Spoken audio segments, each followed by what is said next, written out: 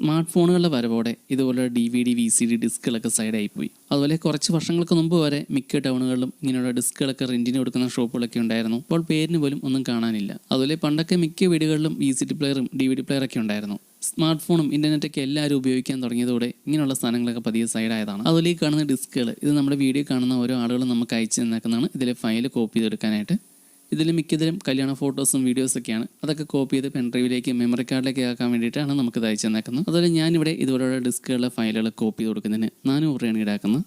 അപ്പോൾ ഇങ്ങനെയുള്ള ഡിസ്കുകളിലൊക്കെ ഫയൽ ആർക്കെങ്കിലും കോപ്പി ചെയ്യണമെങ്കിൽ നമ്മുടെ ഈ ഒരു വാട്സപ്പ് നമ്പറിലേക്ക് മെസ്സേജ് അയച്ചാൽ മതി. അതുപോലെ നമുക്കിവിടെ കിട്ടുന്നതിൽ ചില ഡിസ്കുകളൊക്കെ ഇതുപോലെ ഡാമേജ് ആയതുമാണ്. അപ്പോൾ ഇങ്ങനെയുള്ള ഡിസ്കുകളിലെ ഫയലുകൾ നമുക്ക് റിക്കവർ ചെയ്തെടുക്കാൻ കഴിയുന്നുണ്ട് മിക്കതും തന്നെ. അതുപോലെ കംപ്ലൈൻ്റ് ആയ ലാപ്ടോപ്പ്, കമ്പ്യൂട്ടർ ഇതിലേക്ക് ഹാർഡ് ഡിസ്കിലെ ഡേറ്റയും നമ്മൾ റിക്കവർ ചെയ്ത് കൊടുക്കാറുണ്ട്. അതുപോലെ mobile phone, pen drive, memory card ഇതിലൊന്നും ഡേറ്റ നമ്മൾ റിക്കവർ ചെയ്ത് കൊടുക്കുന്നില്ല. കമ്പ്യൂട്ടർ, ലാപ്ടോപ്പ് ഇതിലേക്ക് ഹാർഡ് ഡിസ്കിൻ്റെയും പിന്നെ ഇതുപോലെ DVD VCD ഡിസ്കുകൾ ഇത് മാത്രമാണ് ചെയ്യുന്നുള്ളൂ.